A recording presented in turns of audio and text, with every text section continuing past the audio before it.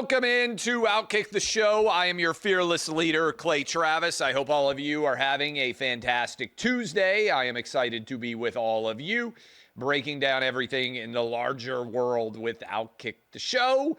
Encourage you, as always, go subscribe to our YouTube channel. I think we have like 1.7 million-ish subscribers there. Appreciate all of you that are watching this on YouTube. You guys have fabulous comments, and we appreciate you there. Lots of people following me, OutKick on Instagram. Certainly you can find us on Twitter X. You can find us on TikTok. We are everywhere. Appreciate everyone out there following us as we roll through with all of this. Several different things to discuss. The NCAA tournament for men headed for its best viewership right now since 1993. That's pretty crazy. So let me repeat that. What is that? 32 years? Is my math right on that? I think, or 33 years. 32. 32-year high in ratings for the NCAA tournament. We'll talk about it. That's so far, starting with the first round, second round. We're into the Sweet 16 now.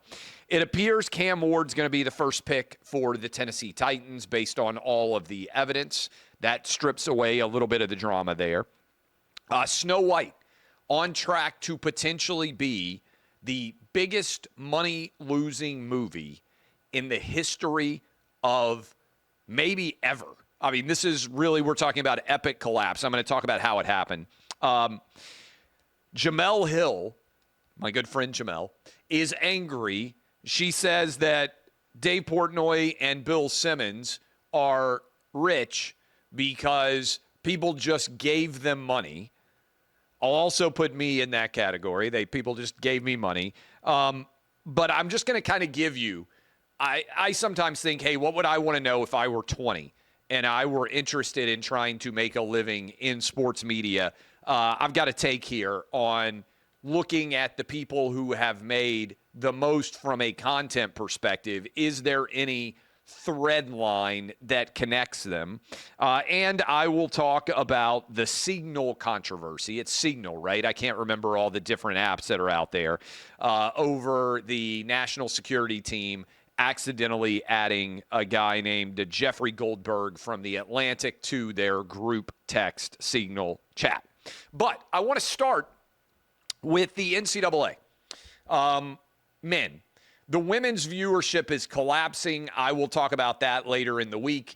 I told you that this would likely happen. I think it's going to turn into a big storyline that we've never seen anything like Caitlin Clark in terms of her ability to deliver audience. One of my friends in the ratings business looked at the Juju, what is her name? Juju Watkins. And I'm sorry that she got hurt in the game, but her game compared to Caitlin Clark's game last year to advance to the Sweet 16, I think, the rating was down 70%. The numbers are going to collapse unlike anything we have ever seen before as the Sweet 16, Elite 8, Final Four, and national title games all come together for women's NCAA tournament. Nobody's watching.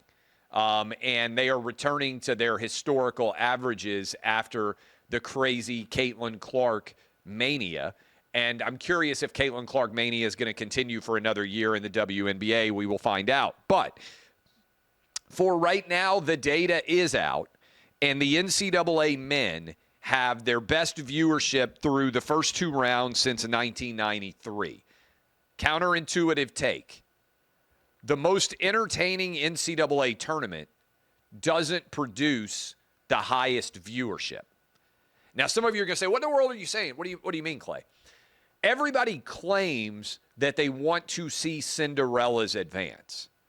But when Cinderella's advance, the actual viewership in the Sweet 16, the Elite 8, and the Final Four declines because by the time we get to the Sweet 16 and everybody's basically watching the same teams, everybody wants to watch the big brands play, not the Cinderellas. Now, this is what the data reflects, and it's a bit counterintuitive.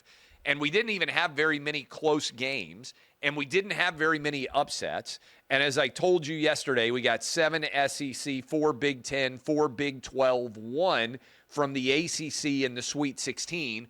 all power conference, the 4 power conference teams, I think we're set up for tremendous viewership in the Sweet 16 and in the Elite 8 and in the Final Four, because by and large, these are the teams that people want to watch.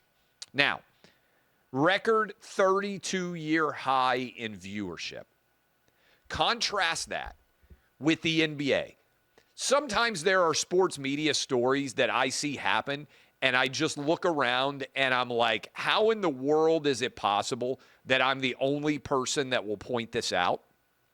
The NBA is setting record low viewership at the same time that the NCAA men are setting record high viewership, basically 32-year high. The NBA has lost 75% of its audience since the 90s, since the Jordan era. Meanwhile, we are getting record high viewership going all the way back to 1993 for the NCAA tournament. Why is that? And it's not as if a lot hasn't changed in the NCAA. Look, you got NIL, you got perpetual free agency. I think the big takeaway is people love basketball. And if you just give them basketball, they watch it and they like it.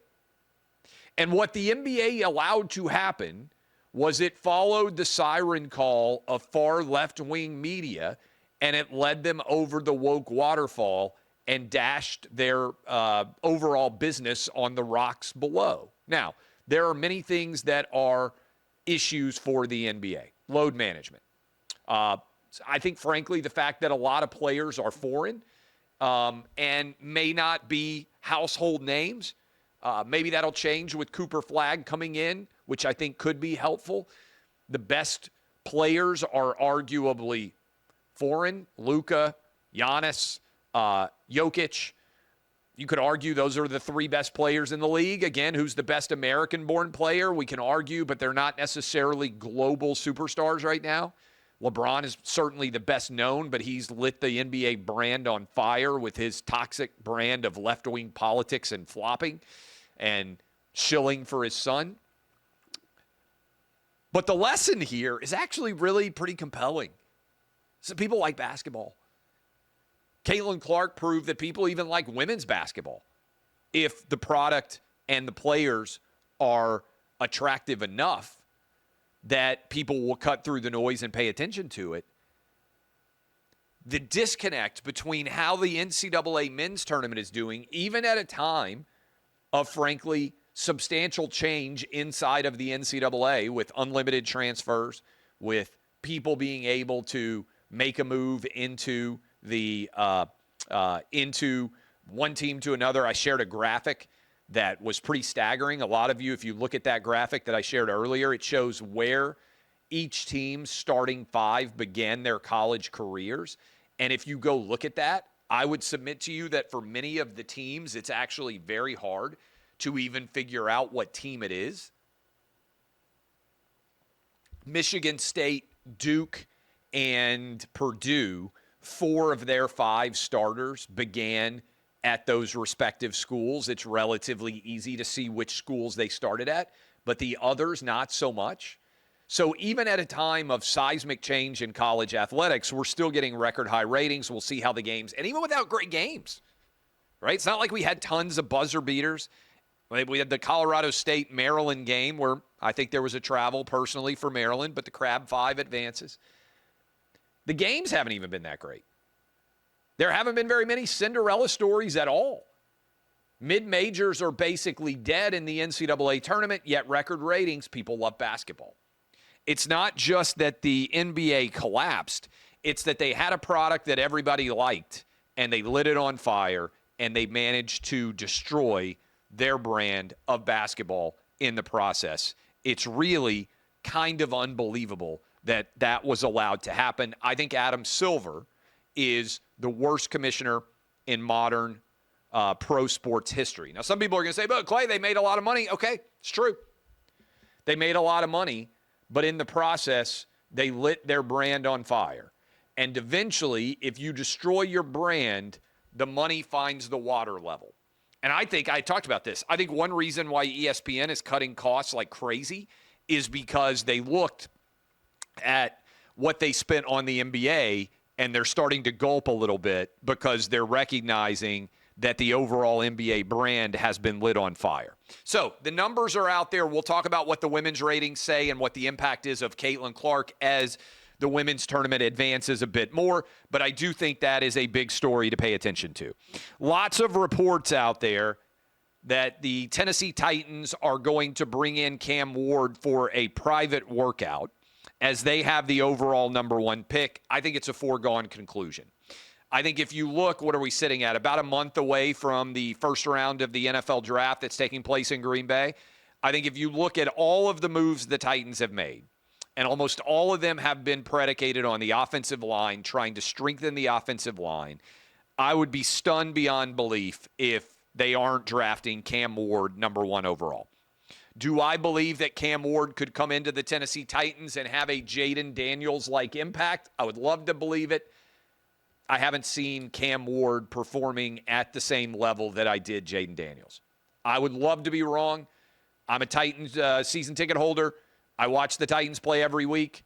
I would love for the Titans to move on from Steve McNair, Steve McNair, stud pick, right? But since then, correct me if I'm wrong, Titans have gone Vince Young, Jake Locker, Marcus Mariota. There's other guys who have started games, but I'm talking about high-round draft picks that were expected to be the future of the franchise.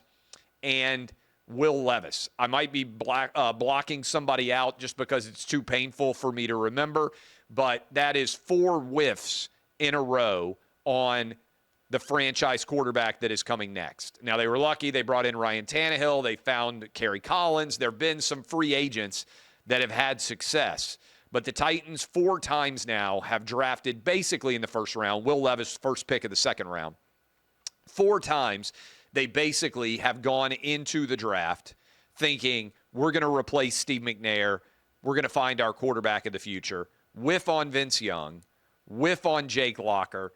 I would say, Marcus Mariota, solid ground ball, base hit to the left field.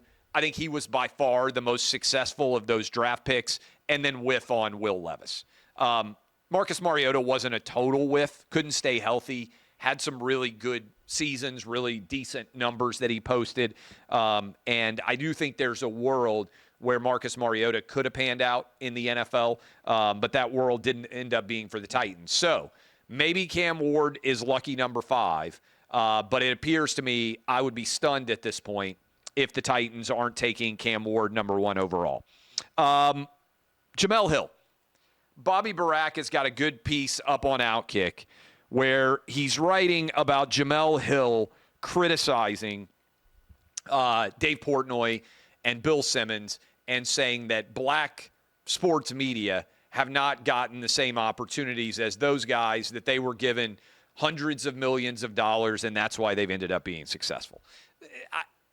I am going to take a step back from Jemele, and I am going to put everybody out there on the table that has made a significant sum of money.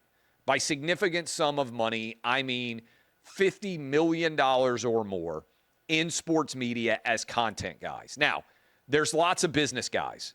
They did a great job on a business perspective with Bleacher Report.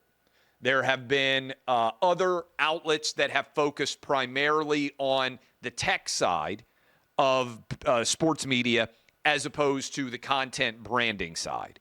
So I'm only talking about guys, and so far it's only been guys, who are front-facing in sports media, and I'm eliminating right off the top if you call a game or if you are a high-profile superstar former athlete. So the guy who has made the most money in the history of sports media, based on the contract terms that I've seen reported, Tom Brady, right? There are reports that Tom Brady got, whatever it was, $350 million from Fox. I don't know what the actual dollar figure is, but Tom Brady made a ton. Peyton Manning has made a ton. Tony Romo has made a ton, right? There are a lot of former athletes that are involved in calling games. Troy Aikman. And then there are guys like Mike Tirico and Al Michaels and Kirk Herbstreit and so many other different guys who have made a ton of money calling games. I'm eliminating them from discussion, okay? I am just talking about people who either are doing something similar to what I'm doing right now, or they have been on Fox Sports, CBS Sports, NBC, or Fox News. There are three guys, they're all guys, that have become 100 millionaires by doing sports media and writing, radio, founding sites, whatever you want to say. Portnoy, Bill Simmons, and me, okay? Those are the three. Portnoy, obviously with Barstool. You've got Bill Simmons, who did The Ringer, and then sold that network to Spotify, and then you got me at OutKick, okay? And obviously, I do radio as well. I've done TV. I've done a lot of books, everything, right? So I'm not just saying one particular way to make money. There's lots of different ways to make money, but those are the three guys that have founded sites or entities and have ended up being 100 millionaires, okay? You can look at all three of those, and Jemele Hill is completely wrong.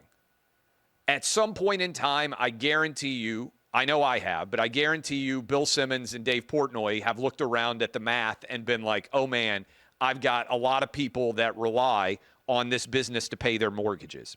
Or they've looked at the advertising revenue, or they've looked at the website traffic, or they've looked at podcast downloads, and they have said, boy, we got to work on these numbers. We got to figure out a way to make this business work.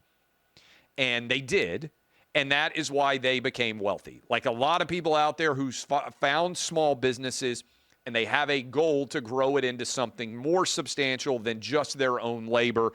That's how all three of us have ended up doing well. And I'll just reiterate, nobody just came in and said, hey, here's $100 million. I don't think Jemele Hill and many people on the left have any understanding or comprehension at all of how basic business works.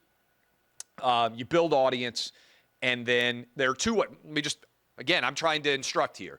There are two ways to make money in sports media. One way is advertising. The other way is subscription. And when I say subscription, I mean that can include events, that can include a variety of different ways, but basically it's either advertisers pay you or individuals pay you, right? And a lot of businesses now do both. When we sold gear, we've made over $1 million worth of gear sales over the years, right? 7-figure business just on T-shirts and back in the day pants and whatever else, right? And VIP, which we had at OutKick. That was a multi-million-dollar business, right? Advertising, multi-million-dollar business, right? Those are the two ways that media companies make money. So maybe there's a third way that I don't know of, but to me, the only two ways that I've ever seen that media companies make money is advertisers pay based on the size of an audience, or you have a subscription-based business and your consumers pay you directly. Sometimes you do both, but those are the two pathways to creating a media business that is of substantial value, okay? So that is the way that Portnoy, me, and Simmons have made money. Then, and again, I'm leaving aside straight like NFL former players or game announcers or anything else. Just content guys, sports media. You can also build companies as a tech side. I mentioned Bleacher Report. I'm going to go to dinner tonight with my buddy Shannon Terry. He founded Rivals. He 24/7 Sports. On3 is his newest venture. And he has created $300 million companies based on sports message boards. Love the guy. Super smart, very talented. That's the subscription-based model. Again, they make some money off advertising, but he's a really smart guy who's had a lot of success. So there are multiple avenues that you could pursue. My guy, Sam Savage, who was one of my business partners at OutKick. He's built a lot of different companies, most of them not focused on sports, but from a business perspective online, right? I am focused right now because inevitably somebody's going to pull this and they're going to be like, what about so-and-so? I'm talking about content producing guys who talk or write for a living, all right? The others, that is you build a site. The others, there are 5 of them that have made $50 million or more. I think this is the full list. Either you sell a company, me, Portnoy, Simmons, or you are really talented and you get paid a lot of money by a big media company. There are 5 guys that have made big money that way.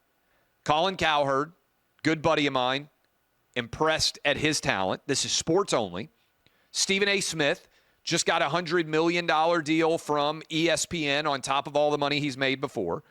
Pat McAfee, I'm not really putting him in the former athlete category because, no offense, I don't think that McAfee was a Peyton Manning or a Tom Brady where or Tony Romo or Troy Aikman, where when he left punting with the Indianapolis Colts, I don't think everybody was like, you know who 100% of sports fans know? Pat McAfee. Like, he grinds, he's busted his ass, and I give all these people immense credit. But I'm just explaining why I'm not counting McAfee as like Tony Romo or Peyton Manning or Tom Brady.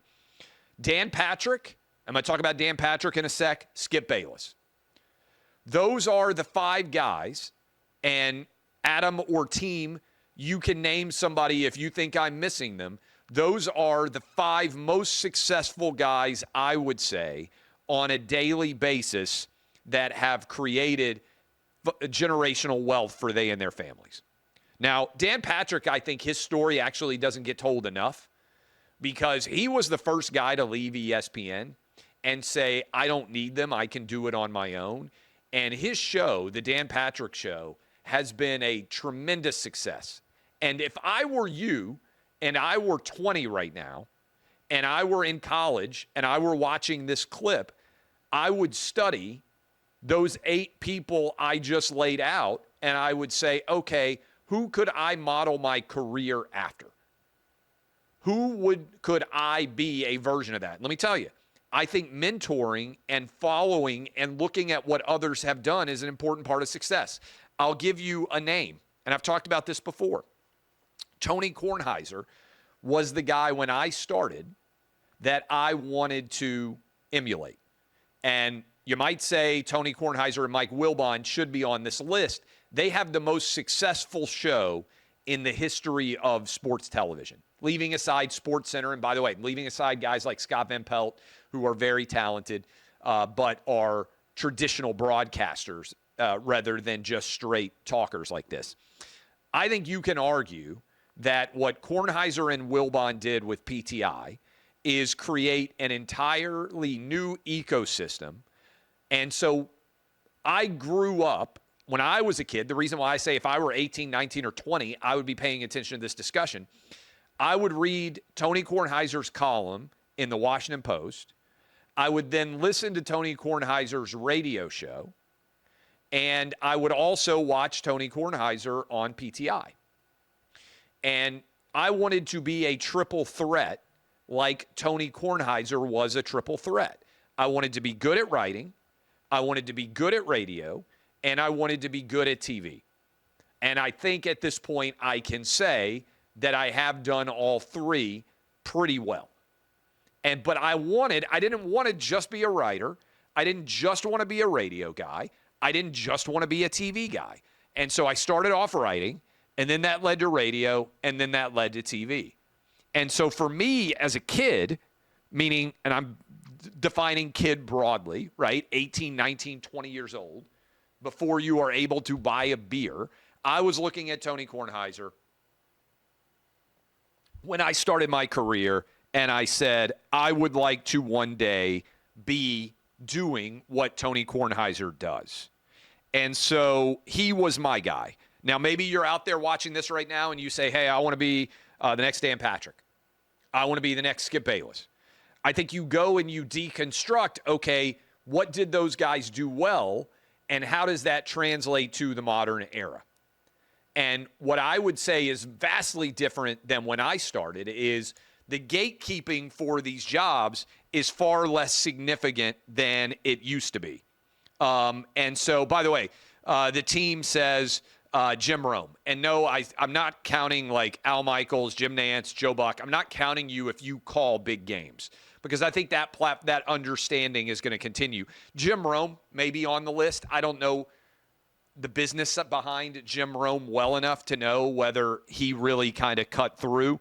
but he definitely had a national radio show, so maybe he should be on the list.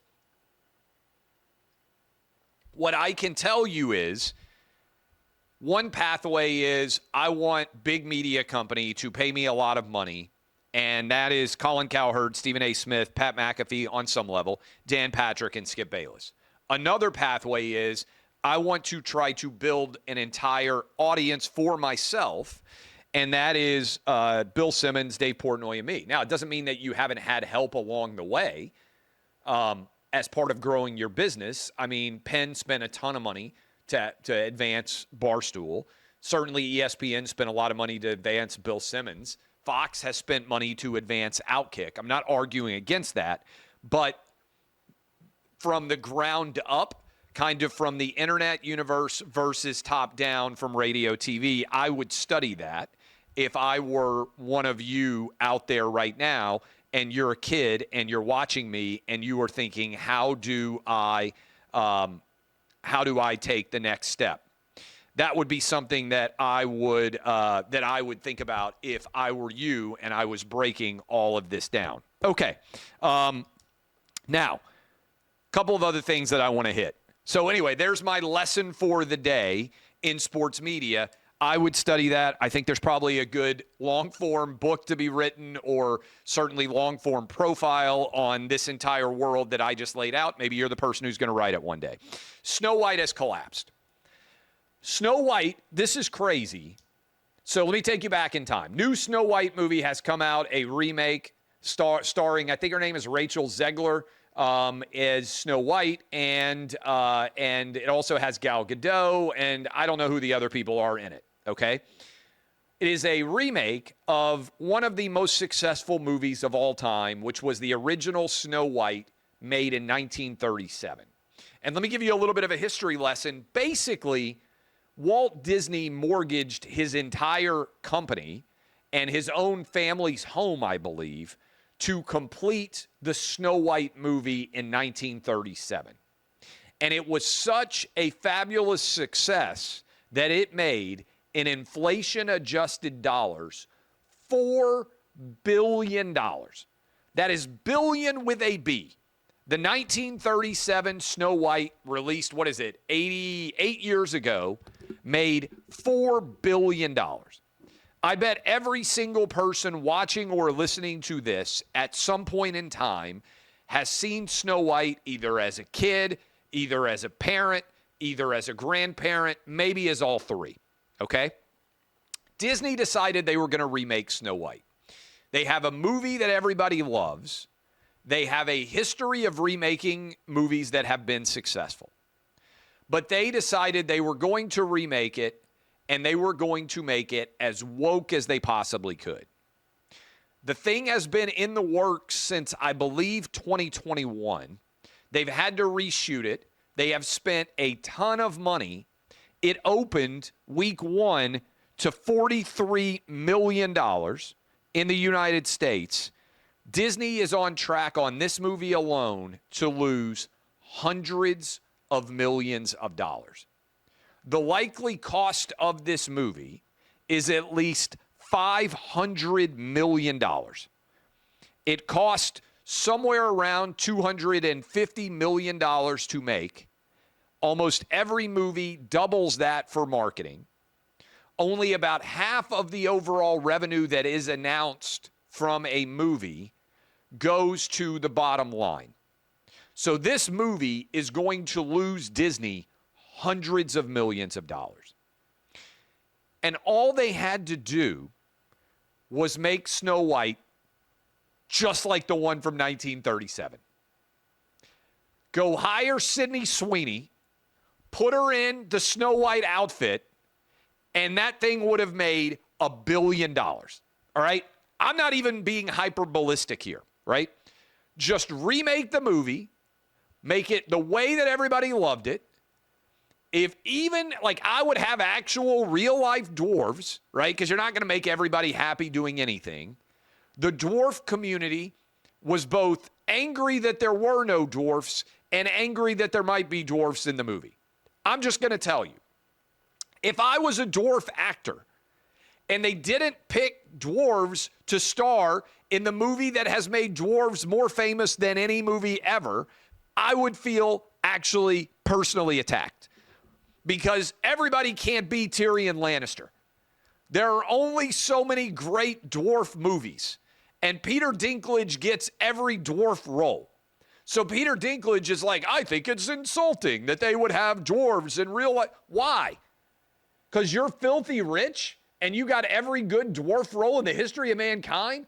You should get on your knees every day and thank George R.R. Martin for actually creating a dwarf character.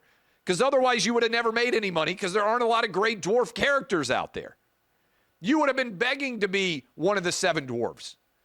Like most dwarf actors are.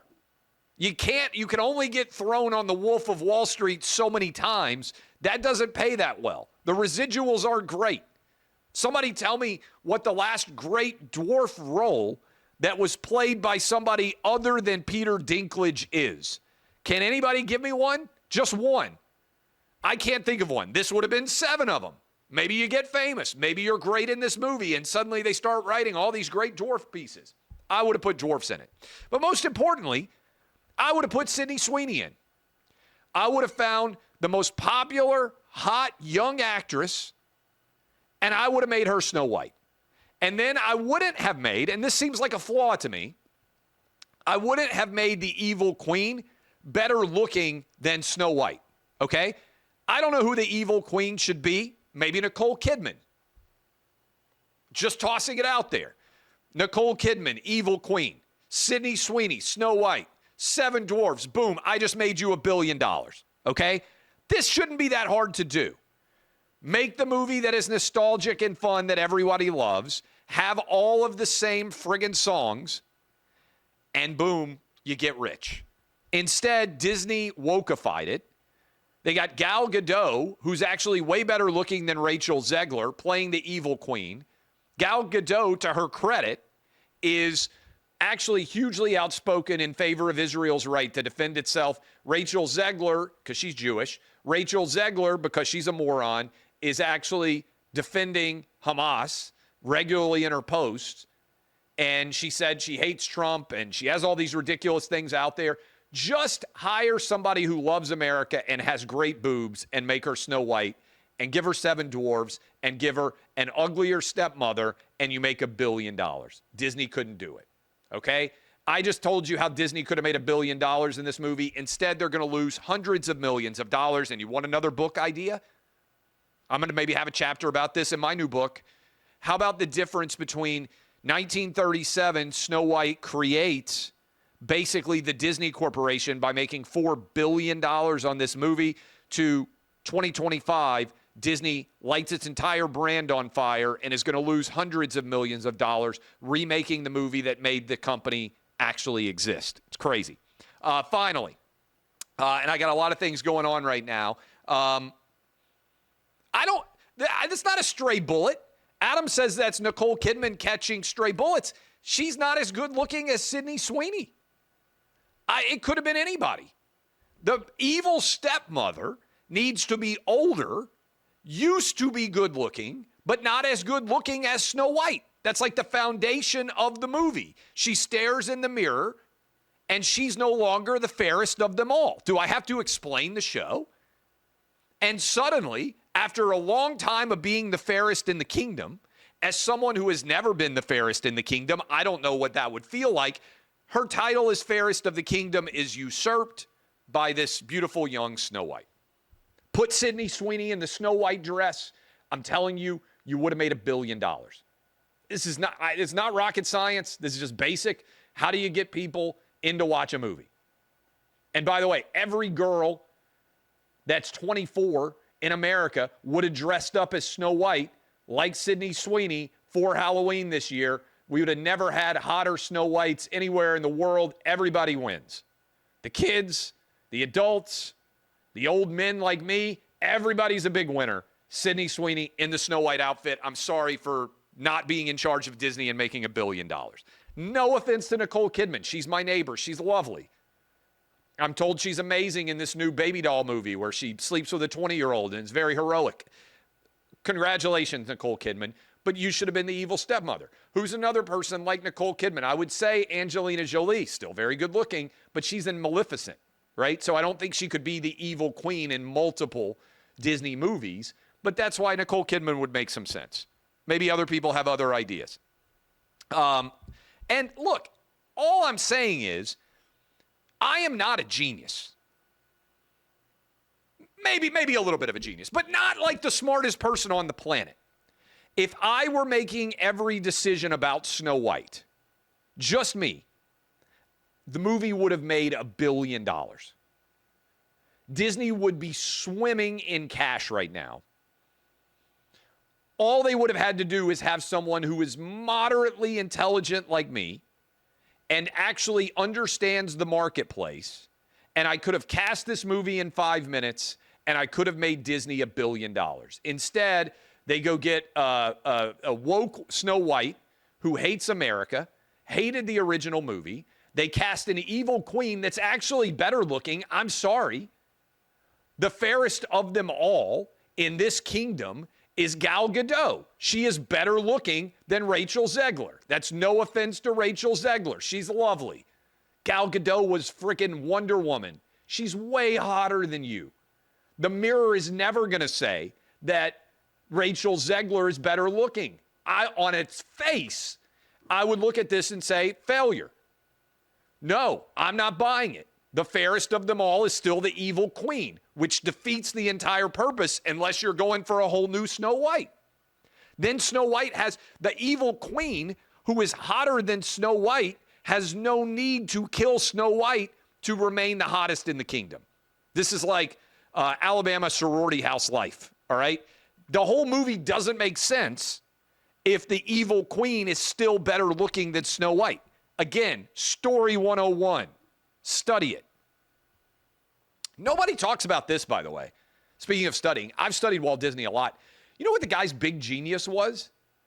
He took incredibly popular fairy tales that everybody knew, but that were so old that they were no longer copyrightable, and he made his entire brand redefine the original storybook tales. People don't talk about this enough. The guy was a genius. He took all of the old fairy tales that tons of kids had been raised on. He didn't have to create brand new IP, intellectual product. They all had trademark copyrightable value, but the stories were so old that the characters were no longer copyrightable, and he swept in and he made them his. So now when people think about Snow White, even though for hundreds of years the story existed, they think that Disney invented it. Go back and look at all of the stories that he made so much money on. He was just able to jump in on stories that were already widely known. This is very different than the business model, for instance, for Pixar, right? The Pixar films, many of which are fabulous, all of them, by and large, create an entire new ecosystem of stories that otherwise didn't exist. Toy Story, The Incredibles, Nemo. Trust me, I've seen all of the Pixar movies, love them. I'm very impressed at the quality of those movies. It's actually a way more difficult thing to do because they had to invent an entire story and create a world around them. Whereas for many of the original Disney hits, Jungle Book, Peter Pan, Aladdin, many of them were already well-known stories and they just added animation to them. Cinderella, Snow White. Anyway, there's a little bit of a lesson for you on history as well that you probably weren't expecting here. All right, this Signal story. Jeffrey Goldberg. Everybody's like, oh, well, you're not talking about, like, look, I don't think this story has very much legs.